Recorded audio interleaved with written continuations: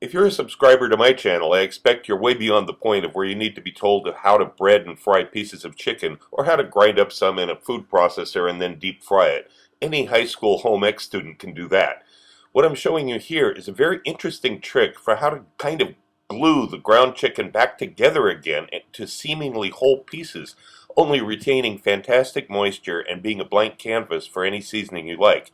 What you get here is something that doesn't exist in the known universe. Super high quality fast food chicken fingers, and it only takes a little bit more effort than you do with regular chicken nuggets. Now this is actually a pretty simple recipe. I'm going to begin with 2 small sheets of gelatin. Soak this in water for 5 or 6 minutes while we do the rest. If you have volume 3 of my cookbook series, this is half a teaspoon of the Ottoman tertiary additive. If you don't have it, okay, don't use it, leave it out. If you have it, use this. And this is 3/4 of a teaspoon of the spice blend explained at the beginning of this video. Now I've got in another pan here. Here is about 90 milliliters of good quality chicken stock, or you can substitute water and the Knorr package gel, as I explained. And I'm whisking in flour to gelatinize it, and also these 2 seasonings.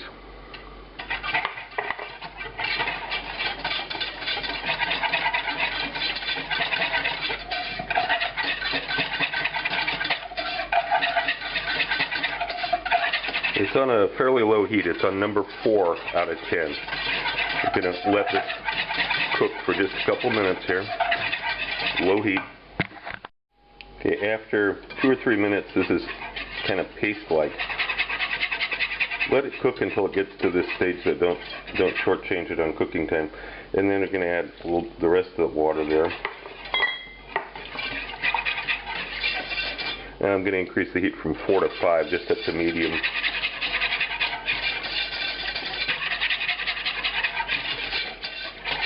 Make sure it's blended well here. The gelatin's almost ready. Okay, the gelatin has become soft. You can add that.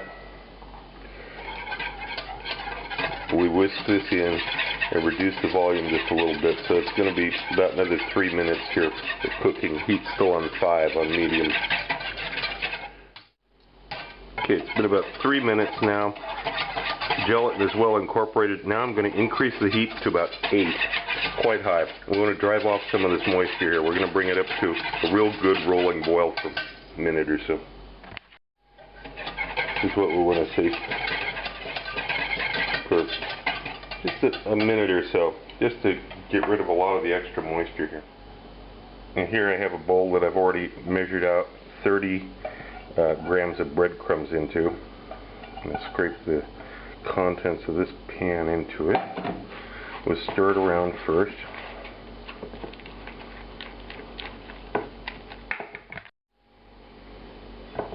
Now, after it's cooled down enough that you're not going to be producing scrambled eggs with this, add the egg yolk and incorporate that.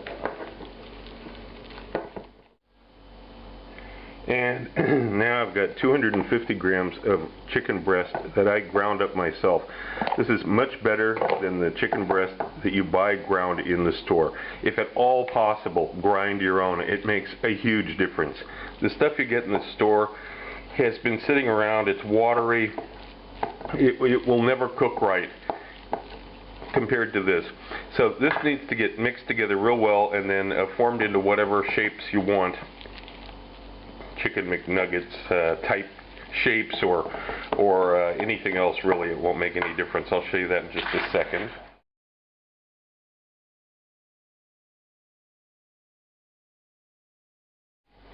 After you've got them laid out here, you dust them with some flour.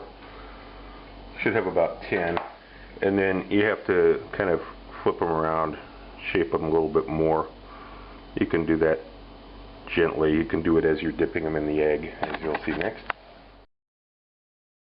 For the breading, all you need is some beaten whole egg and a large bowl with an excess of dry breadcrumbs. I'm going to show you this in slow motion because when I looked at the video I shot, it was too fast for people to see much of anything.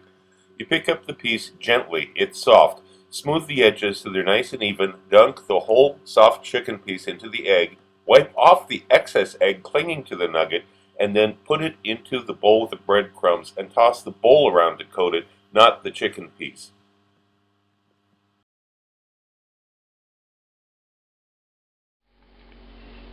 And this is what you should end up with, a plate like this with about 10 of these that are ready for frying in a pan, non-stick pan in shallow oil. I'm using about half olive oil and half vegetable oil. Don't have the pan super hot because these are pretty thick and they need to cook so that they're cooked all the way through. If you have the pan too hot, they'll burn on the outside before they're done on the inside. Arrange them like this. If you put them in the middle, then the one in the middle will be burnt too. So you want to put them around the edge.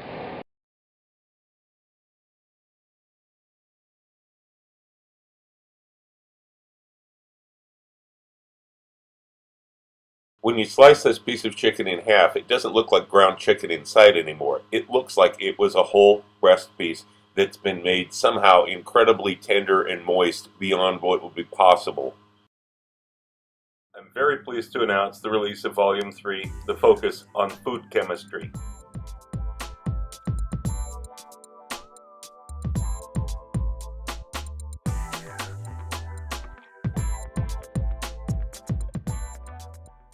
I want to clear up a few things about these 3 volumes. First, they all contain completely different information. There's no duplication, they're not revisions. When I wrote Volume 1, I had 2.5 years of YouTube videos to cover. People had been asking me for the printed list of ingredients for all of those dishes, and so I obliged. There are recipes with stepwise directions and many tips offered throughout, as well as an extensive history of Russian cuisine over the last 1,000 years, but Volume 1 is very different from Volume 2 and 3. In Volumes 2 and 3, I only had about 9 months of YouTube recipes to cover in each, so I was able to provide stepwise directions for everything. In Volume 2, I included a lot of additional information about cooking and some simple examples of flavor chemistry to set the stage for Volume 3. While Volume 2 hopefully got you thinking about some of the processes that go on in cooking and how flavors are expressed and sensed at the molecular level, the topic was painted with pretty broad strokes to make it easy to digest, pun intended. Volume 3 is a milestone in the series, in which I've included an entire introductory course in food chemistry, which is why Volume 3 is about 70 pages longer than Volume 2. If you just want the recipes, that's okay too. You don't have to read the first few chapters, but if you've ever been curious about what influences tastes and flavors and the rationale for deciding cooking times and temperatures and why things taste different when they're combined in different ways, this book will answer many of those questions. It also paves the way for Volume 4, which will be next year.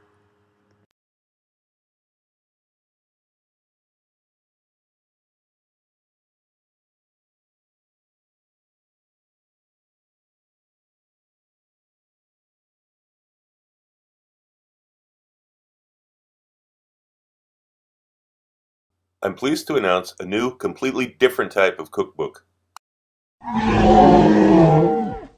If you watch my channel regularly, you know that the recipes I present are usually centered on meat or seafood and seldom vegetarian dishes. This new book is a departure from that norm. Only vegetables, fruits, eggs, and dairy are used in dozens of recipes here. The key here is that these recipes don't taste like typical vegetarian food. This isn't a bunch of salads and bean sprouts wrapped in pita bread. These are completely satisfying, hearty dishes that use the science of food chemistry to produce meat-like aromas and flavors. But don't worry, there's no weird chemicals involved, just ordinary foods and spices that you can get in any grocery store. This really is an entirely new approach. These are flavorful, filling meals produced by a distinctive cooking method and unexpected combinations of ingredients. Once you see how it's done and understand the method, you can apply these preparations to some of your own recipes and transform them into vegetarian dishes too.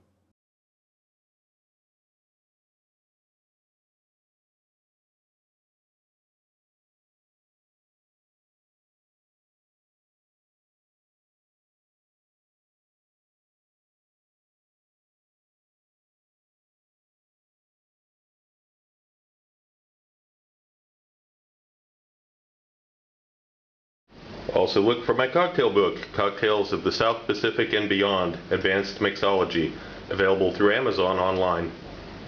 If you want to know more about my adventures as a chef around the world and have some great laughs along the way, be sure to check out the video tour of my book, 40 Years in One Night. It's up on YouTube right now. Click the link.